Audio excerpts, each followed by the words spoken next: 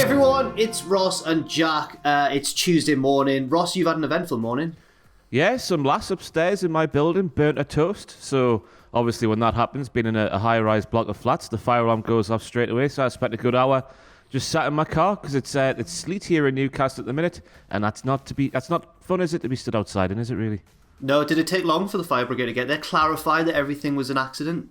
Everything was an accident. Burnt toast was the cause of what happened there, and we're all fine. We're all alive. It's tickety-boo. Fair enough. It's not been nearly as dramatic. That's the news video over. My morning is the news. See you all next time.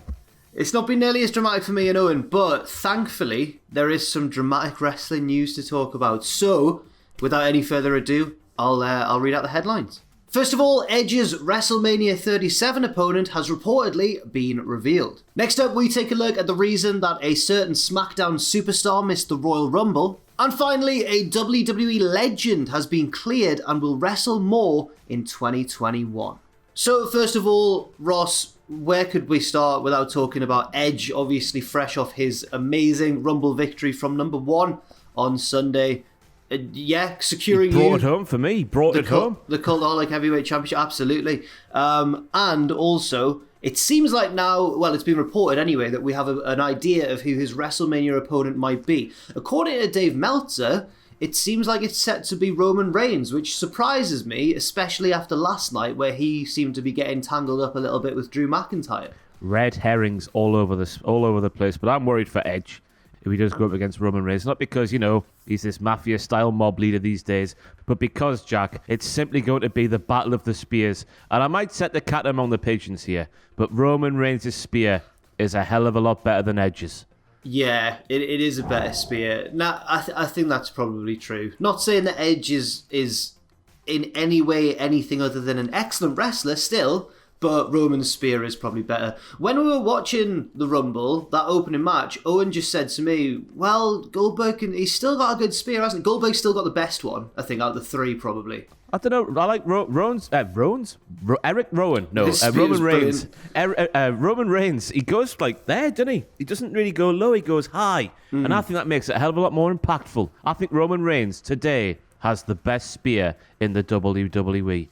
We'll have to see what happens on SmackDown, because obviously Roman has been on SmackDown, Edge has been on Raw. As you mentioned, there was red herrings on Raw. It seemed like maybe Edge was going to get involved with Drew instead. Who do you think, well, first of all, do you think Drew will carry that belt, his WWE Championship, into WrestleMania? I haven't seen Raw as we're sat here, so I've got no idea what you're talking about. But okay. I can see Drew McIntyre holding this title all the way through to WrestleMania, and I think Edge will go after Roman Reigns just because it's the babyface heel dynamic.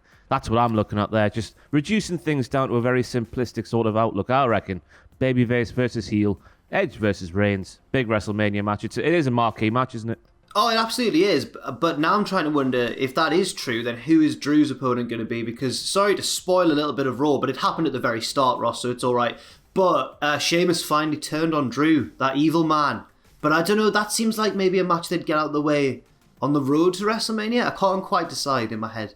I know that the sort of the brotherly relationship they've had, it's been appreciated by people like you and I, but I don't think the masses would appreciate that sort of thing from Sheamus. So maybe they could tell the story good and proper over the next couple of months, and that could be a rest. Because if they do tell the story properly, it's a fantastic story how they started together, came to America together, went their separate ways, and then came back sort of together in recent times. It's a good story. So if they lay it out good and proper, why not WrestleMania? Yeah, that does make a lot of sense. But obviously someone who we haven't seen a lot of recently, unlike Sheamus, is Jey Uso, who I believe was one of the wrestlers declared for the Men's Royal Rumble on last Sunday night, but he never showed up for the match. We have a little bit of an explanation from The Observer, which reads, Jey Uso wasn't medically cleared for the Royal Rumble, according to Dave Meltzer, of course. The medical reason wasn't given, and his expected return is unknown. The 35-year-old was last seen in the ring losing to Shinsuke Nakamura on the January 15th SmackDown, and hasn't been seen on the show since. Very odd stuff. Hopefully Jay's all right. Yeah, it's strange. It was just last week's SmackDown. They flashed up the graphic for the Men's Rumble, and Jay wasn't there, and I was just left thinking, where is he? And then Sunday came around, it was the same thing. So yeah, hopefully he recovers quickly from whatever this is. Yeah. Am I right in saying that he was meant to be in the Royal Rumble? Did we? Yeah. Yeah. He was declared a few weeks ago. Yeah. Right, and then obviously Keith Lee was missing as well. We feel like that probably may have something to do with the fact that Mia Yim was either tested positive herself or was exposed to somebody who tested positive for COVID. She's obviously Keith Lee's partner, so it makes sense why Keith wasn't there. But yeah, Jay's absence was a little bit of a mystery. Hopefully everything's all right with him. I wonder who took his place. A lot of people were speculating that it was Ricochet because apparently, well, he lost his qualifier match. You know how they've been doing that weird thing. It wasn't a qual. It was like Adam Pearce was like, you have to prove yourself against AJ Styles, and I might consider you for the Rumble match. Which of course he lost, but he was still in there anyway. So yeah, that would make sense if it was a last minute thing because he didn't prove himself, did he? Yeah, it was weird how this year the rule was if you want to be in the Rumble, you've got to beat AJ Styles. Very strange. Gatekeeper of the Rumble. Strange times. Yes, but yeah, hopefully Jay's all right. Jimmy, of course, is also on the sidelines still because he's recovering from that knee injury last year. Although, if we follow the timeline, he was estimated to be out for 6 to 9 months. It's getting on towards that now, so hopefully we can see Jimmy back pretty soon. And hopefully Jay with him as well. Someone else who was absent from the Royal Rumble, surprisingly, was Vince McMahon, because obviously he's at every pay-per-view, but he missed the Royal Rumble. According to Fightful Select, but apparently he was still very involved throughout the day via the phone. But the reason for his absence wasn't known, but he has missed a few TV events recently because, of course, sadly his brother passed away, so it might have something to do with that. Yeah, I don't know what else to say there. No, very involved I throughout the day, yeah. It was just a good event, wasn't it? It was just a good night of wrestling. I enjoyed it. Something for everybody. The both Rumbles were had everything you wanted. Surprises, emotional stuff with Christian especially, and Edge doing the hug. It was just a good night of wrestling. Well done, Vince McMahon. I thought, yeah, it was really well put together. My fears were avoided when Goldberg lost that opening match, and everyone was thinking, well, he's going to win the Rumble, isn't he? And then I've got a hack theory for you, Jack. Go on. I reckon, right, this is just me making up stuff off the top of my head, just watching the way that Goldberg and Drew were embracing, the way that Drew took to Twitter and said, thank you, Goldberg. I reckon Goldberg was supposed to win that, but Goldberg went, well, steady on there. We've got a proper star here. I'm willing to put Big Daddy Drew over. That's my hack theory. I'd like that if that was true. I would like that. That'd be a nice thing for Bill to do if that was true. I got a weird. Did you get a weird feeling watching him walk to the ring that he just looked pissed off? Like not like in kayfabe pissed off, just like maybe Goldberg bloody video console, games, that sort of stuff. We were just distracted by his shorts, his new shorts.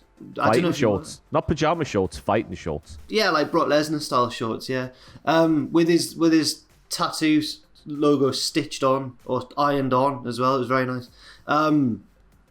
Yeah, that could be possibly true. They had a bit of a laugh after the belt. You see their little laugh, their little exchange of words in the ring after the match. I missed that little bit. Yeah, Goldberg said something to Drew, and Drew just openly laughed. Not maliciously, just laughed. Like a knock joke or something. I reckon Goldberg went, I'm absolutely knackered, mate. And Drew was like, yeah, you are, yeah. But that's just speculation. Also, we saw a top NXT star appear in the Rumble, one of the surprise entrants of the Rumble, you might argue. That was, of course, Damian Priest. He was involved on Raw last night, Ross. I'm afraid I'm going to have to sprinkle in a couple more Raw spoilers here for you. Go for it, Jack. I'm ready for it. He made his Raw debut last night, Damian Priest, and defeated The Miz with the help of his new best friend, Ross, Bad Bunny. We all love Bad Bunny. Soy Rey Campeón, Booker T. I know that song. It's my favourite song. Yeah? I was confused by that song and by Booker just standing totally still. Well, I've watched the music video a few times now, and it starts with like a big lorry going down a big highway. I don't know if it's a highway, just a road. So they're stood inside the back of this lorry. And Booker T's just stood there dressed as G.I. Joe, and Bad Bunny's doing all the dancing around him. So that's what they were just doing, what they did in the music video without the lorry. And I don't know. I need to look at the translation. I still don't know what the song's about, apart from Booker T. When you said "Soy un rey campeón," I think that means I'm a king, a champion. So Booker T is a king and a champion. Booker T is. Yeah. Oh, right. That's the line. It's a "Soy un rey campeón." Booker T. Yeah, of course. Is he writing that in the point of view? He's writing that in the first person from Booker's perspective, possibly. It's a love letter to Booker T while dancing around him in the back of a lorry. Booker looked massive. I thought he was going to be in the Rumble as well. He was looking real jacked. Real Jack, baby. He looks so Jack, baby. Real Jack Eric Rowan, baby. Also, finally, a WWE legend, it has to be said, has been medically cleared. According to Meltzer, he was secretly medically cleared to return to the ring. Nobody really knew, and that's why, that's why we saw Christian in the Royal Rumble. And even more excitingly for Christian fans, he's also expected to wrestle more going forwards in 2021. Christian did a tweet recently where he said, if that was the last one, or at least it was on my own terms, and if it wasn't the last one, and then just ... we can wait and find out what Christian's going to do. Have you seen everyone also, I think particularly Dax Harwood of The Revival, saying that Christian's one of the best ever on Twitter, defending him. That's when you know that wrestlers, like, you know, a wrestler's good if you see other wrestlers complimenting their footwork. I saw Sasha Banks getting the same sort of compliments from one of FTR as well. That's just the sort of thing me and you can't pick up on, is the footwork. And that's the difference, isn't it? When you see a wrestler saying that footwork is great from another wrestler, they must just be fantastic. But that was the best. That was the best thing for me about Christian's return. It wasn't just the fact he returned. It's like he returned like Edge did last year, arguably in better shape than he was when he left, and he just looked like he hadn't missed a day. It was just that's the best thing about it. Yeah, it was really good. I really enjoyed their reunion in the match as well. Then Matt Riddle tried to get involved, and Edge just headbutted him. Deservedly so. Well, why would you try and ruin that moment? You can't be doing that. It's all looking good for fans of Christian. I also, out of curiosity, because I saw a still image of it, I went and found Adam Paciotti's reaction to Christian's entrance on his live stream that he did. And I've never heard Adam. We know he's a man from the south, the opposite to us. He's so far south. He's from the Isle of Wight. I've never heard him sound more southern than when Christian came out. He goes, "Oh, all my peeps out there!" It's absolutely fantastic. It's a really, really good reaction. That sounds fantastic, yeah. I thought you were going to go Southern American there for a second anyway. He's like, "Oh." No, very, very Cockney. All my peeps out there. He doesn't mean to either. It's not like he's putting on an accent. It just comes out of him. I've never quite heard him talk like that before. But Christian's arrival just brought out such excitement. And I'm sure we're all excited to see him, reportedly, continue to wrestle going forwards. Ross, thanks very much for joining me on this news video. Thank you, Jack. That's my pleasure. Everybody, leave your thoughts and opinions, please, on these stories in the comments down below. Stay safe, stay positive, and we'll see you very soon. Bye-bye.